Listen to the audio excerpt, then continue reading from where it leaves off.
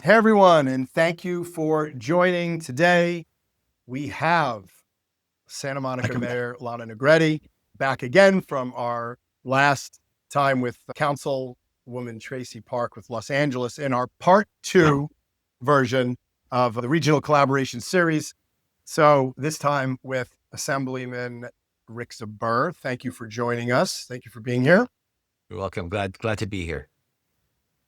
Last time was really fun. We had a great conversation. I'm excited to continue the conversation around the regional collaboration, cross-jurisdictional partnerships, and especially around our really difficult issues like homelessness, transportation, housing, crime, public safety, and all that. So we know that stuff is important, but it's a matter of actually getting it done and having those conversations across these lines. So it's exciting to have a local elected as along with a state elected representative to be able to have this conversation. And let's just start with you, Assemblyman Zbur. What does that mean to you when I say cross-jurisdictional collaboration or regional partnerships? What comes up for you personally, professionally? Well, I represent my district starts over in Griffith Park, and I go over the hill into Universal City and Universal Studios, and then run all the way along Santa Monica Boulevard out to Santa Monica. So I've got Hollywood, West Hollywood, Beverly Hills, Westwood, West LA, and Santa Monica. And so I've got 4 cities in my district, and I view my role as really helping local elected officials accomplish the things that they want to accomplish for their cities. And that is a big part of my responsibility. Some of my job is really to listen and to understand what I need to do at the state level to help our local elected officials. And, I try my best to maintain good working relationships with with the elected officials in all 4 cities. And luckily I've got like amazing elected officials that I get to work with, including our mayor. So. And, and how about you, Mayor? What comes up for you when you hear that? Well, it's being able to, again, building on relationships, that's key for me. So being able to text our assembly member is something I don't take for granted.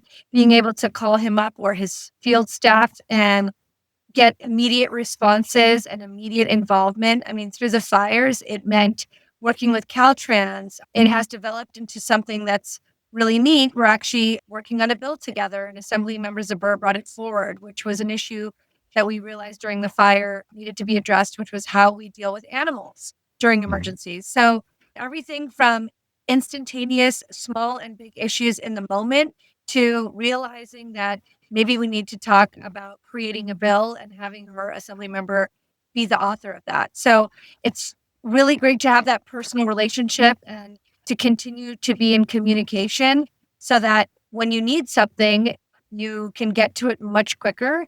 And oftentimes you're working at the same speed at the same time on a lot of the same issues. And so it kind of feels like, even though he's our assembly member, he knows so much about what's going on in Santa Monica and has great staff members that are also locally showing up to all our meetings. I mean, it just feels like he's right next door to us, even though a few days a week he has to be up in Sacramento. Well, that's so nice of you to say that, Mayor. I appreciate that. I remember when the fires were happening, and in addition to the bill that the mayor talked about, which, Santa Monica and her work in, during the fires was a big part of the inspiration for that bill.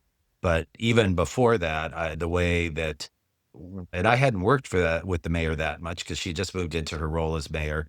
One of the things that I remember her doing was calling and telling me that the city of Santa Monica had put in a request for National Guard protection for the neighborhoods because such a large part of Santa Monica had been evacuated during the fire. And of course, people were afraid to leave their homes unattended, and, protecting the safety of people in Santa Monica in part was about making sure that people felt secure in leaving their homes. And I remember the mayor called me up and said that they had put in a request and it was just sort of sitting there. And I remember going to the speaker of the assembly and the governor's office, and I think we got you aid in about a day, I think, Yeah. from that at that point. Yeah. So. Yeah. Within less than 24 hours. And I'll Yeah. also say that with the relationship that we've developed, the assembly member has been so great in bringing me along and introducing me to the Speaker of the House. There was a lot of emergency meetings during the fires, and he made sure that I was at the table. So things were moving really quickly. I wasn't always getting necessarily invitations. And so he was making sure that I was attending all these crucial meetings. And he continues to keep me involved and invite me to different events to continue to collaborate and work with other local leaders and state leaders. And so, that's how it kind of works. We pull our fellow electeds up through the ranks. And Assemblymember Zbur, I mean, I really consider him a friend and a joy to work with because he genuinely does that. I feel like there's been times I've walked into a room and not known anyone. And during the fires, he brought me in terms of like, look, it was my first time being mayor. I was also just really new to being an elected leader, just at, 2.5 years under my belt at the time. So, or maybe 3 years, I guess. But he's really just been a great mentor too, I would say. Yeah. Well, you didn't need a lot of mentoring. You got a pretty sophisticated mayor, so who really knows how to fight for for the people of Santa Monica. So it's really been a pleasure working with her and the other members of the council, but the mayor in particular. Do you feel that, I guess either of you, do you feel that there's opportunities for improvement when it comes to maybe not just between you both, but perhaps in California in general, when it comes to these types of collaborations? What do you recommend for other districts, or what can be done to make it so that, especially in solving these difficult issues, that can become the norm? We talked about an example with, the fires. How about, for example, with homelessness? Do you see that being done, and what could be done to make it easier? Well, so I mean, first of all, I think one of the things I'd like to say is that it's a real honor to represent Santa Monica, because Santa Monica is one of those laboratories of experimentation in which a lot of what the city does is at the cutting edge. And the mayor talked about one of the bills that, she and I and the city are working together now, the Found Act, which is a bill that is focused on making sure that cities, when they update their emergency plans during a mandatory evacuation, that provisions are made for evacuating pets, and that people can find their pets if they have to leave their home. And, it recognizes the fact that pets are parts of the family. I have 4 bills now. I've only been in office for 2.5 years now that are actually modeled after things that were done in Santa Monica. The Found Act was one of them. I remember the city city understood that there was a gap in caring for pets, and actually, took steps to make sure that the pets were being taken care of. And that's the model for this bill. On homelessness, I carried a bill in my first year, 2 bills in my first year, one of which was passed, which was AB 1620, which was a bill that allowed tenants in rent-controlled apartments that were in the second floor to move down to first floor units if they had a disability or as they were becoming older. And that was actually something that the city of Santa Monica and West Hollywood together identified the problem. They actually had tenants that they knew were trapped in second floor apartments, and they brought that to my attention, and we carried a bill on behalf of both cities and got that signed into law. Another bill, which we shelved this year only temporarily because of the budget, but the California Housing Security Act is a rent subsidy program to try to keep people in their homes. And it's modeled after what Santa Monica is already doing. And of course, Santa Monica doesn't have the resources necessary to really make that program what it needs to be in order to really address homelessness as robustly as we need to do. But that's modeled after what Santa Monica did.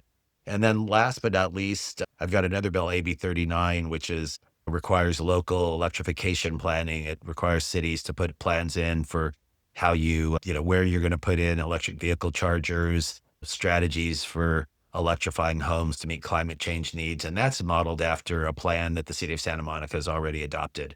So, one of the things that I'm really fortunate on is that I've got both in Santa Monica and in West Hollywood and Beverly Hills. On the public safety front, Beverly Hills is really a leader in that area as well. But I've got 3 cities that are really at the cutting edge of things and really in leadership positions. And it allows me to sort of take those things and try to expand them statewide. I think what I'll say to answer your question on the other end. So a lot of the stuff we just discussed is, yes, preventative, bills to make sure that people don't lose their home is definitely one key of homelessness and one issue that we are at the forefront on. We also are a program service rich community.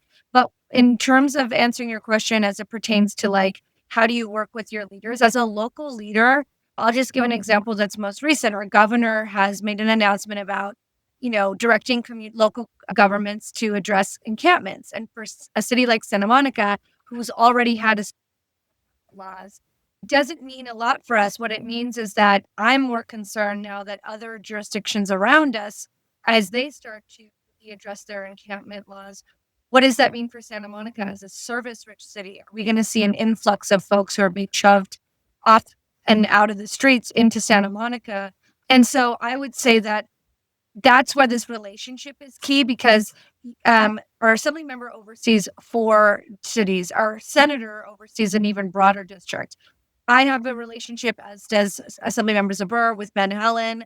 I mean, I grew up with Ben Allen, another person I can just text. But that relationship, like I have with Tracy Park, the standing dinners I have with Lindsay Horvath, working with Assemblymember Zbur and Ben Allen, that allows me to say, hey, guys, this is coming down the pike. This is how it's going to affect Santa Monica. And I want to talk to the other regions and make sure we have a plan. And if I don't have that relationship with the more rapidly evolving door of how leadership changes maybe in local government, then our assembly member can help coordinate that. So I would say that ability to communicate at that level, I don't think it's consistently always been there for everybody in leadership. And it's so crucial because on a small scale, but a huge impact, we had a traffic issue with Caltrans closing the number 1 lane on the freeway. Tracy Park and I went out and made a video. We made a lot of noise. And I had to lean on Assemblymember Zbur and Van Allen, but Zbur's staff got, the right person on the phone from Cal District 7, and we're actually able to address that number 1 lane finally this week. But it was only because Assemblymember Zbur's office was like literally 2-3 times a week following up on it. Our police department I had Tracy Park doing it. I was calling Lindsay Horvath. That pressure bubbled it to the top and it got addressed quicker than it would have. Still not quick enough though. I will say it wasn't quick enough. Nothing to do with these offices here, but it was only that pressure. If we didn't have that, I don't think we would have even heard our concern addressed. And so as it pertains to homelessness, I think it's important because we can really say, well, this is our problem in Santa Monica because we have strong encampment laws, because we have these other preventative measures in place, and because we have so many services, we have a different subset of issues we need to address. And the assembly member knowing that West Hollywood and the other cities may have different issues, that's how we can kind of like work together. But it's not always like that in government.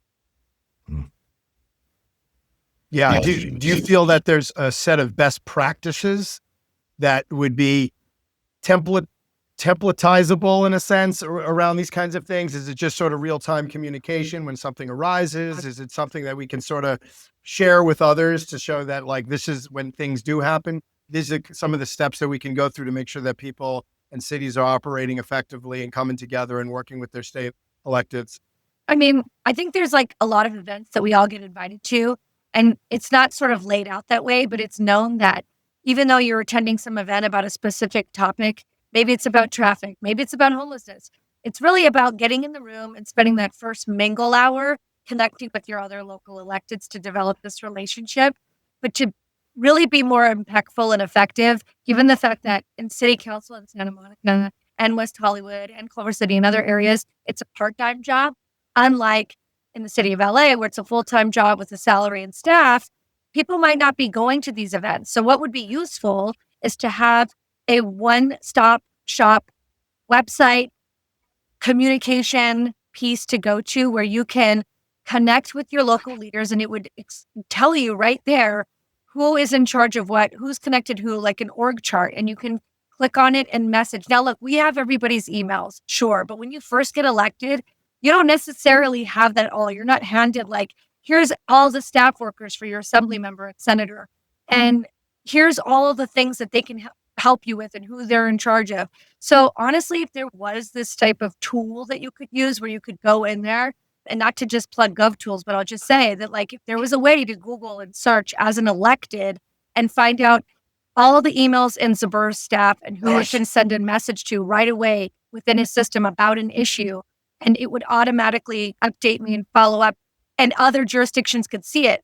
Oh, City of Santa Monica is messaging about this issue on the 10 freeway. That's affecting us. Or City of Santa Monica just rolled out, they have 10 new beds in their shelter but they're having a problem with this other issue that has to do with homelessness. Let's see if we can help. That would be really cool because I think that would allow us to have one place to look and it would see what everybody's already working on. I can't tell you how many times I've called and ran something up a flagpole to a government department where they said, oh, somebody else has already been working on that. Let me circle back with that person. And it creates this let me circle back model that we do in government, and everyone's circling back and running up flagpoles that nothing gets done. If we had it all in one transparent space, maybe it's even where constituents can see it. It doesn't need to be private. It should be that. You could see and type in City of Santa Monica outstanding issues. And maybe that's the 10 freeway waiting for a response from Cal 7 district. Zbur staff could go in there and say, let me see and look in, oh, Santa Monica's waiting for a response. Let me see how I can help. And that chat was live. Wow, that would be a game changer. I mean, I think that would be a really cool technology or tool that we could put in place that would let our constituents see that we are working. Because I'm sure the assembly member can tell you, we work a lot of hours, and I don't think our constituents realize the amount of little things that we're working on that are just as important as the big things that get paid attention to. I think you've just developed a new bill idea for next year. Well, I have an idea for you. It's called GovTools. I'm being serious, but I mean, it probably should be a bill or a program that's rolled out, but literally, I think it's the one thing that seems the most obvious that everybody could benefit from, and it's fully transparent. Yeah, I think what I would say my best practice is not as techie because I'm older than the mayor is. And so I go to old school things, but I think it's really just always making sure that you are keeping relationships with the other elected officials that serve the public strong and warm, and that you always approach every person with an assumption of best intentions. I don't agree with every single elected official on every single thing in my district, and they don't agree with me on everything. But I think, I think we both have good working relationships with pretty much everyone that represents other people in the areas that we cover. And it's because, if you always make your top priority helping people in your district, then you put aside all the other things that sometimes come up in political life, and you're willing to work with people who are, more conservative than you or more progressive than you or, different than you. We're all different and unique. And that's sort of, I think, the thing that I'm really thankful for in terms of the elected officials that cover the area that I represent. I think it's an amazingly committed group of people. The public, I think, doesn't understand sometimes how, it's easy to become angry because there are a lot of problems that are affecting people's lives from a day-to-day basis. I mean, some people are barely making ends meet. Some people are not housed. People are on the verge of homelessness. Others have lost their jobs. And, it's easy to become frustrated and angry. But when you're in the role I am, one of the things that it makes me, optimistic about the future, even when the challenges seem hard, is just that I would say without a doubt, the elected officials that at every level of government are in it for the right reasons and actually are trying their best to make the lives better for people in our communities. Do you think that most people in politicians, do you feel that in your experience that's the type of people that you deal with in general? I don't want to, have to pinpoint, but like in general, do you feel like that's what you get out of being an assembly member, or is it just locally that you experience that? I think it's broad. I mean, there are political rivalries that happen in all the communities that I represent. And I think the folks that are successful ultimately in accomplishing things are people that sort of put political rivalries aside and really try to help the community. And I think ultimately that's what happens, most of the time in my area. But I think that's also true among my colleagues. There's a lot of people I don't agree with on certain things, especially on the other side of the aisle right now. But I still, even with those folks, there's a group of folks that, while they disagree with me, they actually have authentic views that they are, I think they're misguided, but they're trying to make the community better. I just think that their prescriptions are not that great. But you try to find common ground on the areas where they are. I mean, for example, I'm working really hard, and I know that Mayor Negrete has actually been really helpful, and some others in the council on trying to get the film tax credit reauthorized and increased. I mean, that's a huge, huge need for the whole area that I represent. It's important for workers in Santa Monica. The tourism industry in Santa Monica really depends on having a thriving film and television tax industry. And, there's people there are Republicans that are supporting that bill and frankly getting that through because it's viewed, there's some folks in other parts of the state who think that it's, a giveaway to Los Angeles and not understanding that this is a jobs bill, where you have to build the support person by person. And so, I've got Republicans that are supporting. It's great. It's great to see that you've been successful in building those, cross political borders and being able to do that successfully. And so congratulations on that. I think that's what's needed regardless of who you are and what party you are, right? It's an important skill. It's the ability to, and there seems to be some good movement coming along with people being able to find their common ground and have dialogue. We seem to have lost that for a while in a lot of ways. And there does seem to be some movement towards getting it back from what I can tell. But this has been a great time with both of you. Thank you for sharing this. We're about at the end here, unfortunately, but we could do a quick lightning round on if there's any last words that you want to share about what you think, what you'd like to see as it relates to this in the future, and what we can do here to come together and solve these issues. So any last words on that? I think I would just like to say that, I really appreciate the mayor's leadership in the city of Santa Monica and the other members of the council. We haven't talked about a lot of things that we're working on together, including issues that are affecting the Santa Monica budget, affecting the budget of Santa Monica College. We're in a big budget crunch right now in the city. The mayor has been up in Sacramento a bunch of times advocating for needs of the city. And, people should understand how attentive and committed their elected officials in Santa Monica are. It's a really extraordinary group of people. And I'm very honored to have the opportunity to work with Mayor Negrete and the other members of the council. Yeah, I would just say that continuing to reach across the aisle, even within our city council, people thought, because people ran on a slate, that there would be no congeniality, there would be no working together. And ironically, that is not the case. Maybe it's not ironic. I think we all are people and serving, and we all agree on the 3 priorities for Santa Monica. And so we already have so much common ground. How we get there, we might have differing opinions, but I think we all respect each other. We respect the place we come from, and we are all passionate and rooted in our belief that it's going to do good for the community. So we allow each other the space to express that.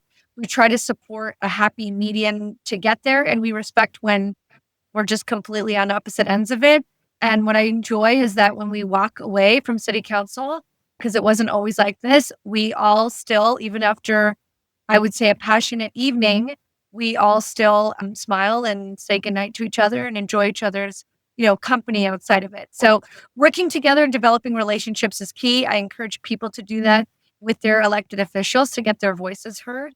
And I always encourage people to join commissions and boards and get involved as much as you can to understand who your elected officials are. Wonderful. Well, thank you both very much for being here. Thank you for your time. Thank you for your knowledge, your wisdom, and for serving our community and doing it honorably.